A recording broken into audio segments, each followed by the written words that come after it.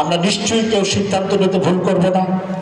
যিনি ভুল করবেন, যদি প্রকৃতপক্ষে ভুল সিদ্ধান্ত হয়, জনগণ তার মূল্যায়ন করবেন। এবং রাজনীতিতে ভুলের প্রায়শ্চিত্ত কিন্তু অনেক বড়ভাবে দেয়া লাগে, যেটির প্রমাণ আমাদের অনেক সহযোদ্ধা রাজনৈতিক দল, অনেক ক্ষেত্রে কিন্তু আমরাও।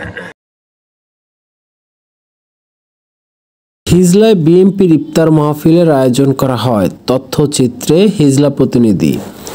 বরিশালের হিজলা উপজেলা বাংলাদেশ জাতীয়তাবাদী দল বিএনপির উদ্যোগে শিক্ষক, সাংবাদিক, সুশীল সমাজ, মানবাধিকার কর্মী সহ বিভিন্ন রাজনৈতিক নেতৃত্বের সম্মানে ইফতার মাহফিলের আয়োজন করা হয়।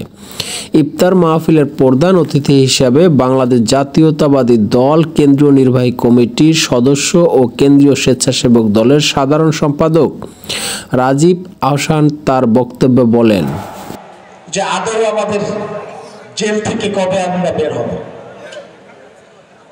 তো সেই জায়গায় গত বছরের এই দিনে যদি কেউ প্রশ্ন করতো যে আগামী বছরের এই দিনে কি হওয়ার সম্ভাবনা আছে, দিনটি হয়তো বা চিন্তাই করতাম না।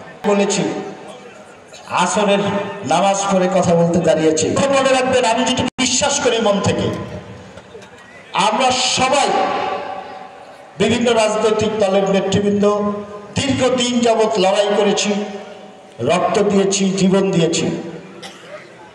কিন্তু আমি বিশ্বাস করি জুলাই আগস্টের এই ফয়সালা আসমান থেকে হয়েছে। এই ফয়সালা আসমানে সবচেয়ে বড় ফয়সালা দানকারী। সবাই জেলখানায় ছিলাম, আজকে মুক্ত পরিবেশে আপনাদের মাঝে আছি। এর চেয়ে বড় পাওয়া, আল্লাহর নিয়ামত আর কিছুই হতে পারে না। আপনাদের কাছে শুকরিয়া আদায় করছি। সবাই লড়াই করেছেন, এখানে যারা আছেন। মানুষ আমাদের কিছু ভালো মন্দ কথা, মানুষকে সহযোগিতা করেন, মানুষের মন জয় করার চেষ্টা করেন। ভোটকে কেন্দ্র করে নয়, মন থেকে করেন, স্থায়ীভাবে করেন। ভোট কখন হবে, কে ভোট করবেন, কে জিতবেন, এর উত্তম ফয়সালা দানকারী আল্লাহ রাব্বুল আলামিন। আপনার কাজটা করেন, তার নিন্দা করতে পারে, কেউ আপনার সমালোচনা করতে পারে, করে আপনারাও বিশ্বাস করেন। বা আপনার সম্পর্কে আমি কি বললাম সেটি কোনো বড় কথা নয়। দলের সাথে কতটুকু বিশ্বস্ততার সাথে কাজ করেছেন, কতটুকু বিশ্বস্ততার সাথে কাজ করেছেন, তার বিরুদ্ধে কতটুকু লড়াই করেছেন, নির্যাতিত মানুষের পাশে কতটুকু দাঁড়িয়ে করেছিলেন।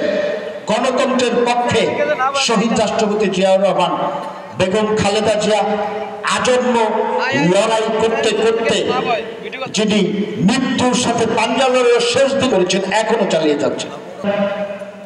দলের ভারপ্রাপ্ত চেয়ারম্যান জনাব তারেক রহমান, তার নেতৃত্বে আমরা আজকে গণতন্ত্র পুনঃপ্রতিষ্ঠার যে লড়াই, সেই লড়াই এখনো চালিয়ে যাচ্ছি। আমরা আশা করছি সবাই মিলে একটি ভালো নির্বাচন হবে, দল ভালো প্রার্থী দিবেন এবং আল্লাহ রাব্বুল আলামিন যারা সঠিক রাস্তায় ছিলেন